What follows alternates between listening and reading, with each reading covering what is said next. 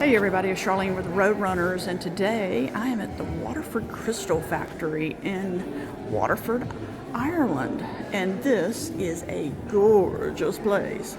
So you can find everything from beautiful vases to football helmets, which is just crazy to me. But it is lovely, and they do have some fairly reasonably priced items, smaller items that you can purchase. One item I did see that I really liked was this little mug.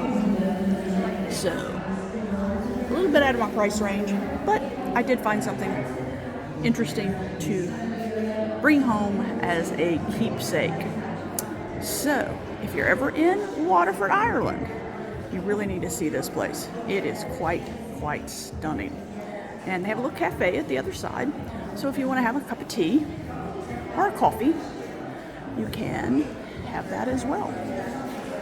So hope everybody's having a wonderful Monday and enjoy the crystal.